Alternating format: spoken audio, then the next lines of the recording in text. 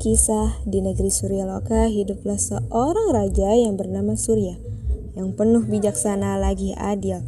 Namun, kini baginda raja jatuh gering, dan negeri pun dilanda kekeringan. Rakyat mulai gelisah, dan Putri Mentari amat bersedih melihat ayahandanya yang begitu lemah. 3 bulan hujan tak turun, sungai mengering.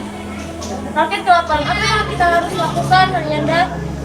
Anakku, ayahanda pun tidak tahu harus bagaimana. Hidup yang lemas, kita harus menyerah pada yang takdir. Bukan seperti itu, Ayahanda. Mentari akan menyelamatkan Ayahanda dan negeri ini. Di malam harinya, Putri Mentari berdoa di taman istana, memohon petunjuk dari langit. Tiba-tiba turun cahaya lembut dari angkasa. Terlihat muncul seorang bidadari bersayap kilau. Hamba datang, ya. Ini tanda tangan ada sebuah air kehidupan. Air suci yang bisa menyembuhkan Ayahanda dan menghidupkan kakak. Tetapi sebenarnya itu sangat bahaya. Hanya hati yang tulus yang akan menemukannya. Hamba tersentar, wahai bidadari, demi Ayahanda dan rakyatku, aku sanggup untuk menebus segala rintangan. Selesai berkata demikian, sang bidadari pun lenyap bagaikan kabut pagi. Esoknya Putri Mentari mohon izin kepada ayahandanya. Ayahanda, izinkan Mentari untuk mencari air kehidupan dan penawarnya. Hujan itu sangat berbahaya putriku, tapi jika itu takdirmu, maka kau pergilah bersama Patih Ganda. Semoga yang bawa ini dan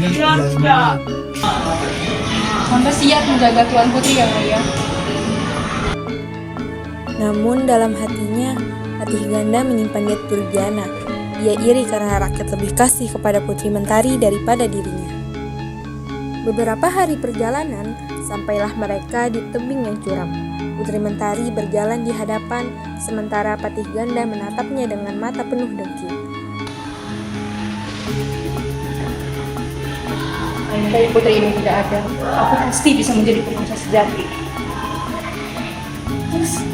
Ada apa, Patih? Tampak wajahmu sangat pelik. Hai, tidak perlu tahu, Tuan Putri. Sejati lebih baik tanpamu. Putri Mentari jatuh ke jurang dan tidak sadarkan diri. Patih Ganda kembali ke istana membawa berita palsu bahwa sang putri telah wafat.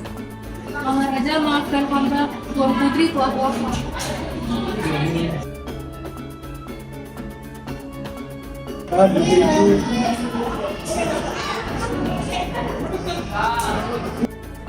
Namun takdir berkata lain.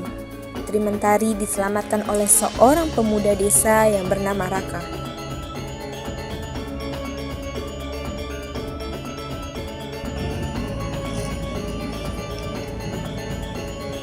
Siapakah dirimu bernama Mahadenis? Mengapa kau jatuh ke sungai?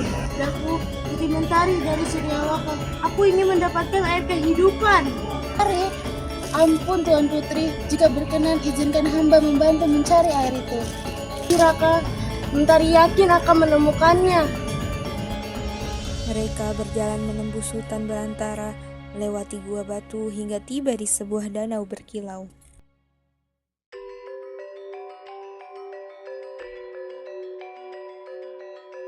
Di tengah danau tampak air memancarkan cahaya biru. Dari langit terdengar suara halus. Hanya hati yang suci dan ikhlas dapat mengambil air kehidupan ini. Demi Ayahanda dan anakku, izinkan beta mengambil air. Saat tangannya menyentuh air, sinar terang menyelubungi danau. Putri Mentari pun mengisi kendi emasnya dengan air kehidupan. Putri berjaya, mari kita kembali ke istana. Sesampainya di istana, air kehidupan diberikan kepada Raja Surya. Seketika baginda raja pulih dan hujan turun membasahi bumi. Kau telah mengembalikan hidup ayahanda dan negeri ini. Bukan Raka, Ayahanda. Dialah orang yang menyelamatkan Mentari ketika Mentari jatuh akibat Patih Ganda. Tidak mungkin, itu dusta. Aku tidak pernah melakukan satu. Ampun. Kami telah menemukan surat pengakuan Patih Ganda atas kejahatan yang ia lakukan terhadap Putri Mentari.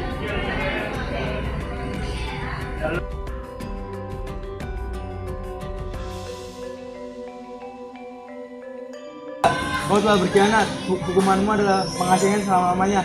Ampuni hamba tuanku, ampun. Raka, engkau rakyat yang berhati mulia. Mulai sekarang, kau kuangkat menjadi pengawal kerajaan. Terima kasih tuanku, hamba akan melihat negeri ini aman sentosa. Dan Mentari berjanji akan memimpin kerajaan ini dengan kasih bukan kekuasaan. Sejak hari itu, Putri Mentari dinobatkan sebagai Ratu Cahaya. Kerajaan Suryaloka pun hidup makmur di bawah sinar kasihnya. Air kehidupan terus mengalir, menjadi lambang harapan dan cinta yang abadi.